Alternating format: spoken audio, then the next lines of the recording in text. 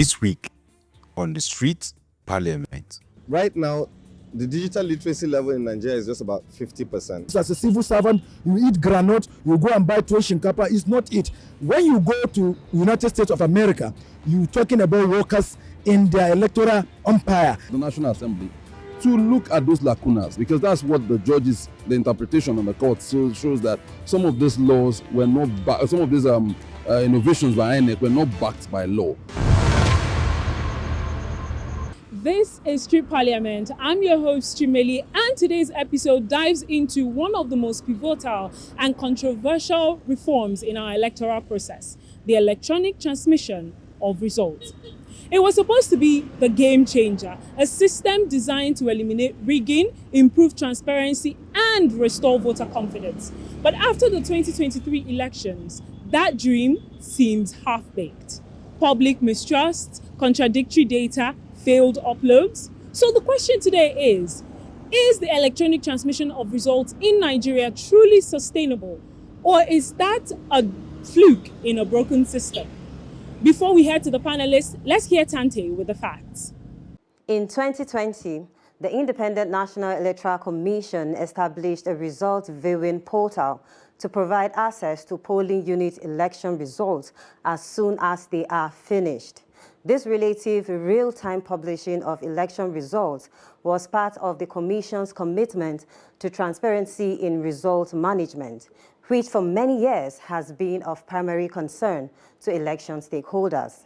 The former INEC chairman, Professor Mahmood Yakubu, said the Commission recorded a breakthrough with the new Electoral Act 2022, which empowered it to adopt electronic means for both accreditation and result management. Yakubu noted that the most critical technological tools introduced by the Commission in recent times were the bimodal voter accreditation system and the INEC result viewing portal. In his words, the era of election result manipulations are over in Nigeria. However, in 2023, petitions were slammed against opposition parties, especially during the presidential election, credit to the failure of the bimodal voter accreditation system. According to the compliance, not only did the Independent National Electoral Commission fail to comply with the Electoral Act 2022, but the presidential election was marred with irregularities, putting into contestation the efficacy of digital tools in election management. In other words, the technology intended to protect the election from rigging largely failed. This was less because of the equipment itself and more because of deliberate subversion by those entrusted to manage the process. You may want to ask why the process was haphazard. In its realness, technology is operated by people, and in countries with weak institutions and limited political trust, this can be a problem. Beyond the accreditation of voters and transmission of polling unit results to the INEC result viewing portal, every other stage of the electoral process involves excessive human involvement, creating opportunities for manipulation. Now the big question is, do you still think e-transmission of results in Nigeria is a game changer? Well, let's take to the streets and hear what the panelists have to say. Back to you, Chimmeli. Welcome back. This is still Street Parliament. Thank you very much, Tante, for that explainer full of facts. Now we're going to take it over to the panelists and hear what they have to say on this topic. I will start with you, Ambassador Samuel. What happened during the 2023 elections, during the electronic transmission of results? Was that really a fluke? What happened exactly from your own standpoint? From what INEC told us after the elections, they told us that there was a glitch. And this has to do with more why we say government should do more of investment in that sector, because we need to invest more, get latest equipment, because most of the areas, the challenges they were having was network, because we have some inter-areas where we had network issues. So government should do a lot of investment in the art area and in technology. Government should look at how we can, or I would say government should set up an implementation committee to see that every fund that is released for that purpose is actually utilized. I think that's just what happened. There was a network glitch. It's not that it was man-made, it was just normal because of our network situation. Okay. Okay. All right. Thank you. I will come to you with some of the things that he said. He has talked about the fact that governments did not do their due diligence during the electoral process of 2023. Do you agree with this? When you say due diligence, that would mean that something is on the ground and then you want to just go and evaluate to be sure that it's going to deliver what it is that it's supposed to deliver. But if you ask me, the framers of the law, I think they were being objective about the situation of the country because, look, when you're talking about some of these digital situations or digital capacities, you also have to think about digital literacy. So right now, the digital literacy level in Nigeria is just about 50%, right? And this is even because NIDA had done so many work in the past couple of years to try to improve it. And they're targeting about 95% by 2030. So that means that you need the digital literacy itself to be at some very appreciable level when you want to bring any digital solution, regardless of what it is. And so now, when you move beyond that also, what about even the digital infrastructure itself? Talking about fiber optics and the rest, the government is still trying to do a lot with it, collaborating with the state governors to give them right of way to lay as much fiber so you can have the internet penetration reach to certain level. So the fact is that, yes, to go digital is a very, very good initiative, but indeed, I mean, considering somebody like me who's well known in that digital sector, I'd be able to say that definitely you have to complement such kind of attempts to go digital with another option so that where some of these apparent factors are not able to like support whatever it is that you want to do, at least you have a fallback. Otherwise, you come and have a lacuna, and that will form a whole lot of problems. Okay. All right. Thank you. Coming over to you with some of the things that they've already said. He said that government did not actually look into some of the areas that they are supposed to look into because there is a 50% digital literacy in Nigeria. I'd like to know, do you agree with this, that this is why there was an issue with the electronic transmission of results, or is there any other aspect that you're looking at? Yeah, if we can vividly recall on the 2023 election, there were attempts to hack the cyber of the Independent National Electoral Commission around the axis of Maitama within the metropolis of the FCT city center. That itself was a factor. The issues are INEC as an independent body has its own internal staff, but don't forget, most of the times when elections are to be held, some of these casual staffs, sometimes NYC core members are brought and other casual staffs. So it's all-encompassing issue. And world over, particularly developing countries, no country has ever been able to organize election at all levels free and fair in terms of not having itches and what have you. We are not even trying to talk about manipulation. So the issues are, if we want to go ahead in order to compete with other first world countries like America and other countries, automatically there has to be training. For example, in INEC, we have voter education department, we have other departments and what have you. If you go to local government, we have INEC offices in skeletal form, but the wherewithal, the qualitative gadgets they need to have, they don't even have it. Then prior to most elections, whether state is House of Assembly, gubernatorial, senatorial, House of Reps, you do not see INEC staffs enlightening or educating people around these areas, and huge amounts of monies are appropriated by the Senate Committee on INEC as well as the House Committee. So the issues are, we need to, before 2027, it is not time for blemish or what have you, to restructure INEC for efficiency, where a lot of their departments that is charged with responsibility of enlightening people will be enlightened. Then the IT department, most of the staff need to be updated. In a situation where you go to office as a civil servant, you eat granite, you go and buy toy shinkapa, is not it. When you go to United States of America, you're talking about workers in their electoral umpire. There are people that even travel to other countries to learn certain skills in IT and other things. So a lot needed to be done, but not without restructuring of the entire INEC. Okay, thank you very much. I'll come back to you because you said you're well versed in the technical aspect. So how will Nigeria work towards improving, BVAS and IREV in areas that there is hardly internet access, because we know that in Nigeria currently, even in towns, internet access is a very big issue. So how can they work around this? No, so the thing is, there's nothing wrong with beavers.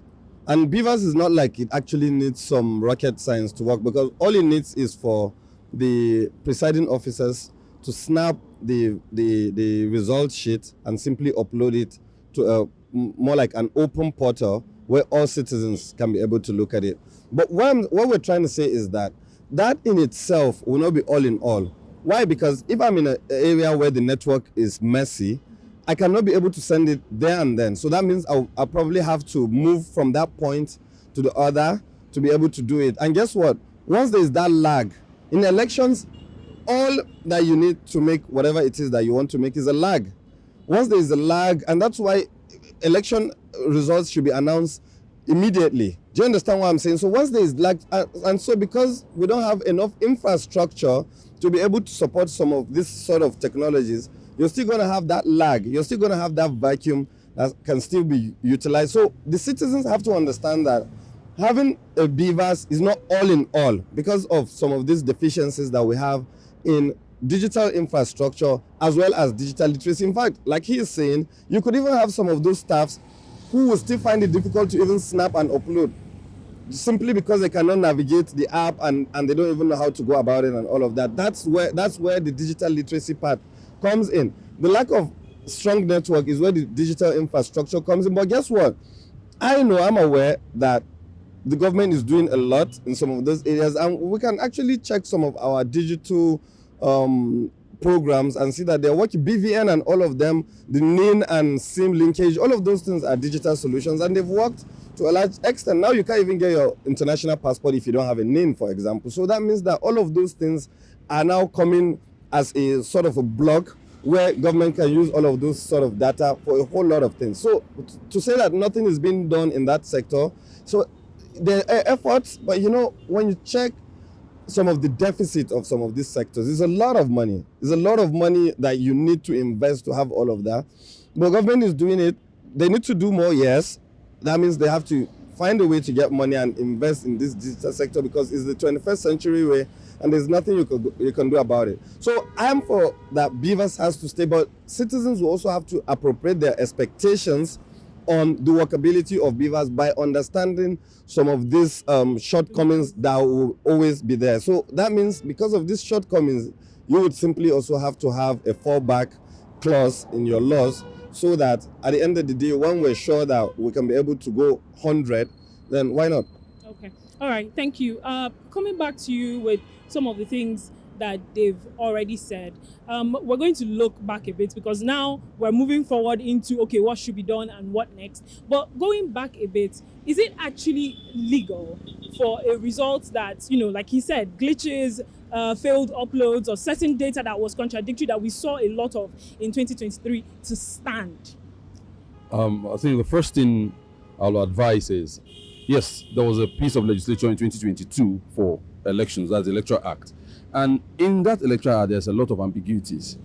Now, going forward into 2027, I would expect that the National Assembly should look into that law and look at how to amend it to be able to curb all the loopholes, because that's one of the reasons those interpretations in court, most of those laws did not stand, because actually it's not yet legal that the result INEC should bank only on results that are uploaded on the IRF, which is the server. So the National Assembly should look at that. And one thing I always say, if there's any country that has a lot of laws, it's Nigeria. The problem we have is the implementation. So I'll come from this angle and say, what we should expect everyone saddled with that responsibility of our elections should have an attitudinal change from the primaries at the party level up to the INEC staff and those who are to man our elections, to have attitudinal change and know that this service is service to humanity, this service is service to the people, and be able to do the right thing. Because like he said, between the point of uploading, if there's no network, and where eventually there's going to be network, a lot can happen. So therefore, but if these people had this attitudinal change already and believe and know that the right thing should be done, that means we'll be able to implement this law. So it's not about the law alone. Yes, the law has little loopholes that needs to be checked. We should also look at those who are going to implement these laws, that they should also have and have a living conscience and know that we are here to serve the people. We are here that everything that comes out as a result of what we announce as a result of this election has an impact on the lives of the citizen. And by so doing, we'll have a very sustainable electoral act. Okay, thank you. I will move over to you, sir. You talked about trainings for the INEC staff and everything. And we know that right now, campaigns have sort of started in a way. People have started putting themselves out there that this is all of that. Do you think, and a lot of people have also started raising conversations that, you know, what happened in 2023, we're supposed to start working towards it from now because 2027 is just 2 years from now. Do you think that INEC has started in a way to work towards the training, or if we're going to have a repeat of what happened in 2023? Well, I want to correct one notion. Campaign has not officially started. No, not officially. Yeah, not officially. So, you see, the internal runnings, administration of INEC is their purview and mandate. It is very possible they started. And don't also forget they have collaborating partners like European Union, International Republican Institute, National Democratic Institute, and host of others, Action Aid and host of others. So I believe they've been holding capacity training because I've watched quite a number of them on television and also for others. Above all, what also mar delivery of a good election is use of talks. Take even local government elections that is not the mandate of INEC, that state independent electoral commissions run. You see where they finished, people have queued, everything is done. You just see some. It happened in Lagos of recent, where even a former deputy governor under Tinubu's first regime, under AD, Bukno Akerele, came to see that there are certain things that need to be looked into. So the area of use of talks, as this electoral act is in place, there are certain provisions is there, but they've not started implementing it. Even the ones that has to do with the campaign and what have you, you can see people have decamped from one party to the other. No, the electoral act has not taken any effect. So the issue that is there is, no matter how it's going to be, we have oversighting functions of the two chambers of National Assembly. In the Senate, there is Senate Committee on INEC. In House of Rep, there is Committee on INEC. It lies on them to please oversight, to know whether INEC and its component offices in states have been doing training from enlightenment, educating of the public, because there is voter apathy and also other things. So this way we'll be able to know, because the essence of having these standing committees is not just to sit down, call INEC chairman when there is time for budgetary allocation or appropriation or whatever. No, to of course periodically oversight in order to know. Like I told you, one of the major problems also, you see the efficiency of INEC in Abuja, Zambesi Crescent in Maitama, and maybe the Abuja office. When you go to some INEC offices and stay, you shed tears. They don't even have furniture to sit and other things. Talk more of IT gadgets and what have you. Like the time they wanted to, hack their cyber, the hackers that were later arrested by the police and others were meters away. While INEC headquarters is in Zambesi Crescent, the hackers were in Ghana Street. So were there to be gadgets, they will have detected it. And here in this country, we have the Nigerian Police Force National Cyber Crime Center in Area 1, close to American Embassy. Your WhatsApp, what have you, everything could be detected. Why can't INEC get the well-trained officers of Nigerian Police Force Cyber Crime Center in Area 1 to work alongside them? They can go in disguise. The issues are sometimes we play politics with a lot of things. Elections is a serious business. If you can't elect capable, competent people, you can't have dividends of democracy, then we continue to lament. Thank you very much, sir. I will talk to a couple of people here at the back and then get some of your opinions. We've talked a lot about what happened in 2023 and everything, but I'd like to ask, from your own standpoint, would you trust an upload or a result that you did not see the real-time track of upload? And to my own opinion, I would trust as in the open result is much better for the people to see, because for you to know your vote count, I think is better than the upload vote that they are doing. Okay, all right. But during the last election in your area, was there any glitch with any upload? No, at all. Okay, all right. All right, thank you. So I would like to ask you the same question across board. Would you trust a result that you did not see uploaded or tracked in real time as per some of the things that happened in 2023? For me, I don't know what to say, because for me 2023 is a kind of difficult is a kind of difficult is a kind of difficult year that I noticed mostly there is a things that is missing and going on in Nigeria that is not even going up possible. So mostly all these things is not reliable for me. So for me to say, I don't have anything to say. Okay. All right, thank you. Walking back to you, because you talked about Nigeria having a lot of laws and the problem being implementation. Right now, do you think the implementation of laws on failed uploads, failed transmissions should start working out, or just like what happened in 2023 where there was a lot of lagging and nothing happened per se? We remember in this country as of 2007, after the 2007 presidential election, the late president, then President Moro Musa Yar'Adua, set up the Waste Committee. And part of the recommendations of the Waste Committee was to set up a special tribunal for electoral offences. And if truly we want to make headway, such a tribunal should have been set up. And I think, like I said earlier, the government should now liaise with the National Assembly to look at those lacunas, because that's what the judges, the interpretation on the court shows that some of these laws were not, some of these innovations by INEC were not backed by law. We still have 1 year to the election. It's enough time for the National Assembly, both at the red chambers and the green chambers, that's the House of Rep. Their committee should look at it.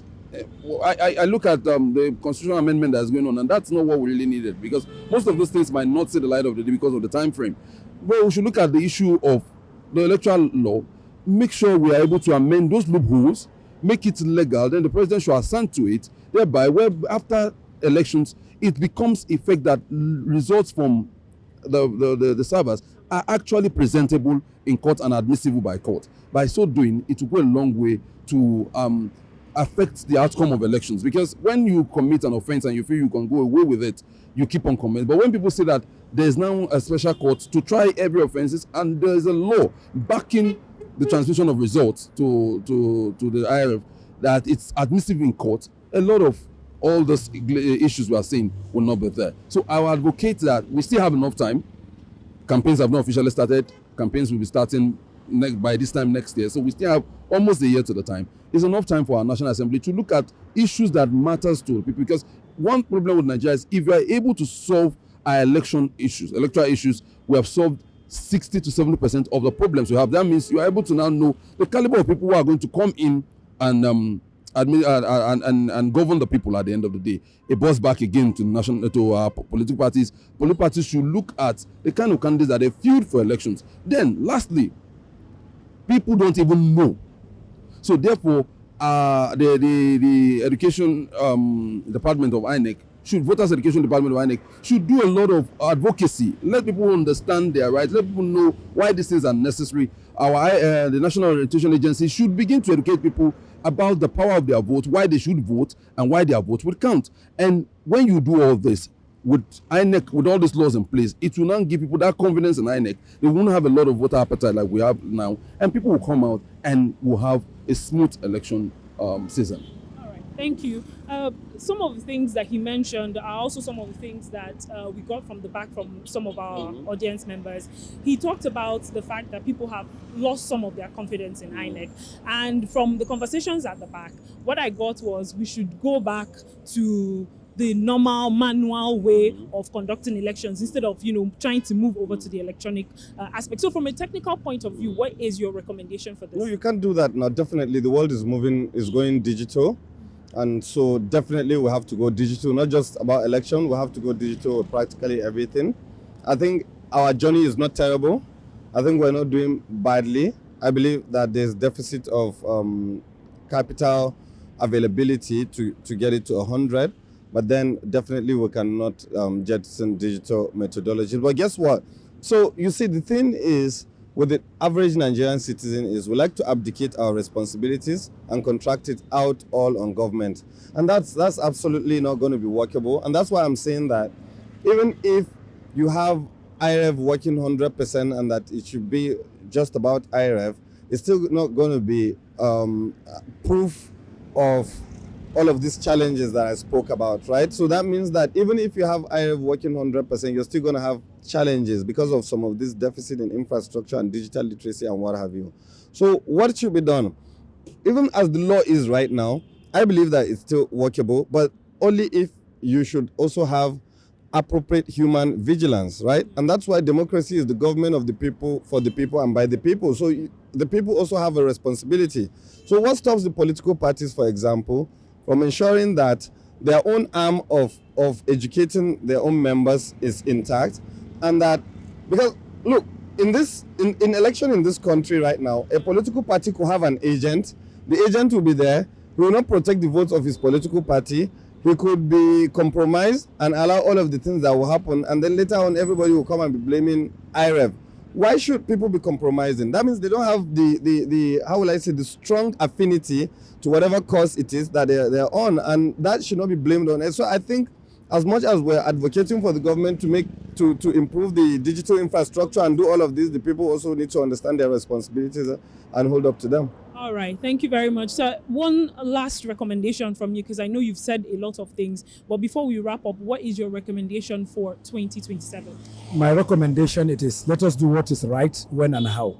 In this country during Abuja, we knew how General Abuja sent ECOMOG to host the military junta that hosted Tijankaba, a democratically elected president, back to seat. Today, they owe their democracy to Nigeria. Liberia, it was our ECOMOG, even though with the support of other ECOWAS states, that were able to bring back stability and democracy there. Therefore, as giants of Africa, as father and mother of smaller African countries, let us part the right way. Like he said, let the president consent and assent to electoral act so that it can take effect. That way, then again, let people know that the power lies on them. Money politics, no matter who brings money in 2027, let them say no and vote the people that are credible, that have integrity, and that can deliver. All right. Thank you. Thank you very much. Thank you very much. So, technology, no matter how brilliant, is only as good as the people who build, run, and safeguard it. So, is the electronic transmission of results in Nigerian politics truly sustainable? It is, but only if we train who needs to be trained, enforce what needs to be enforced, fix what is broken, can we see the results. Thank you very much to every Nigerian out there who is watching and joining the show. Thank you very much to our panelists and our audience. My name is Chimmeli. This is Street Parliament. Join us again, same time, same station, for another refreshing episode.